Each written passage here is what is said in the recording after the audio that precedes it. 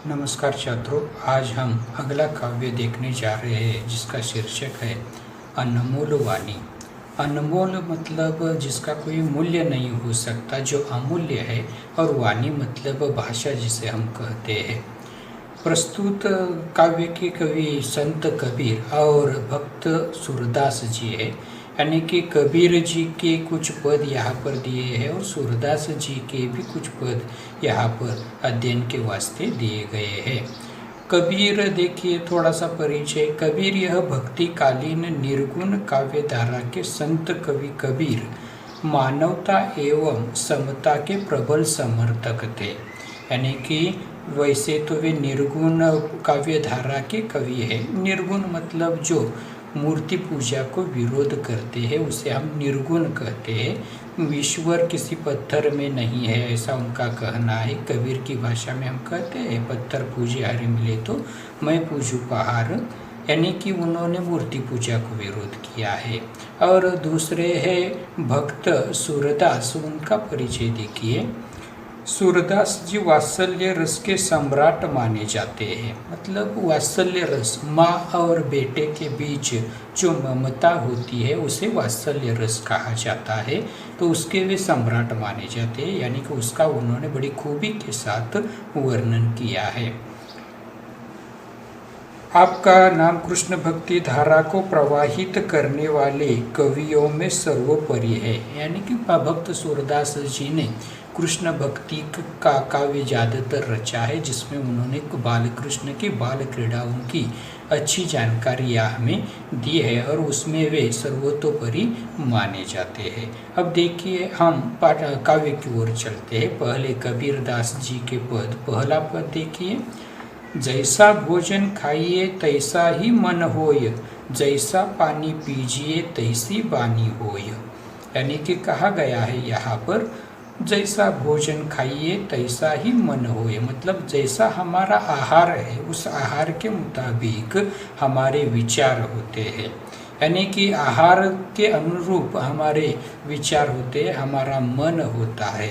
और उसी प्रकार जैसा पानी पीजिए, यानी कि अगर हम शुद्ध पानी पीते हैं तो जाहिर है हमारे विचार भी उस पानी की तरह पारदर्शक और शुद्ध होते हैं, जिसमें मानवीयता झलकती है। तैसी वाणी होए, वाणी मतलब भाषा।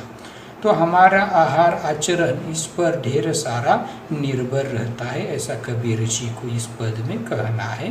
दूसरा पद देखिए। ऐसी वाणी बोलिए मन का आपा खोय, औरों को शीतल करे आपो शीतल होय। वाणी मतलब वाणी, भाषा जिसे हम कहते हैं। ऐसी वाणी बोलिए मन का आपा खोय, यानी कि हमारी भाषा ऐसी हो जिसकी वजह से हमारे मन का आपा मतलब अहंकार, उस वाणी के माध्यम से हम अहंकार नहीं टपकना चाहिए। तो उस वाणी के माध्यम से स्नेह निर्माण हो, एक दूसरे के प्रति अपनत्व का भाव निर्माण हो, प्रेम की भावना वहाँ पर जताई जाए। यानी कि अहंकार को दूर रखने के लिए कबीर जी ने कहा है। औरन को शीतल करे आपो शीतल होय, यानी कि आपकी वाणी के माध्यम से और तो प्रसन्न हो ही जाएंगे, खुद ब खुद आप भी शीतल मतलब ठंडाई जिसे हम कह सकते हैं, आपके मन को भी उससे ठंडक शीतलता महसूस होनी चाहिए। ऐसी वाणी का, यानी कि वाणी का उपयोग कीजिए। आगे देखिए। बुरा जो देखन मैं चला, बुरा न मिलिया कोय, जो दिल खोजा अपना मुझसा बुरा न कोय। यानी कि प्रस्तुत पंक्तियों में संत कबीर कह रहे हैं कि मैं पूरा जीवन दूसरों के अवगुण देखने में ही लगा रहा, पर मुझे कोई बुरा आदमी नहीं दिखाई दिया। लेकिन जब मैंने आत्मविश्लेषण किया, अर्थात अपने मन में झांक कर देखा, तो पाया कि मुझसे बुरा कोई इंसान नहीं है। मैं ही सबसे बुरा और स्वार्थी हूँ। अर्थात हम लोग दूसरों में बुराइयाँ ढूंढते रहते हैं। अगर अपने अंदर झांक कर देखें तो पाएंगे कि हम ही सबसे बुरे इंसान हैं। अब देखिए भक्त सूरदास क्या कह रहे हैं। मैया कबही बढ़ेगी चोटी, कितनी बार मोही दूध पियत भई। यह अजहू है छोटी, यानी कि यहाँ पर बालक श्री कृष्ण और मैया मतलब यशोदा के बीच का वात्सल्य का वर्णन सूरदास जी ने किया है। बाल कृष्ण अपनी माँ यशोदा से शिकायत कर रहे हैं कि मेरी ये चोटी कब बढ़ेगी। चोटी मतलब यहाँ पर बेनी जिसे हम कह सकते हैं।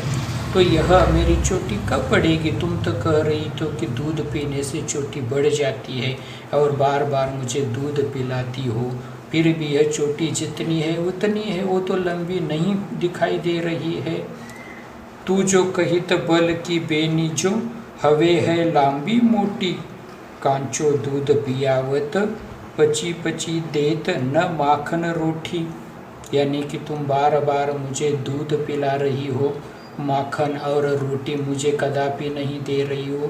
कह रही हो कि तुम दूध पियोगे तो तुम्हारी भी चोटी बलदाऊ मतलब बलराम की तरह लंबी चौड़ी हो जाएगी।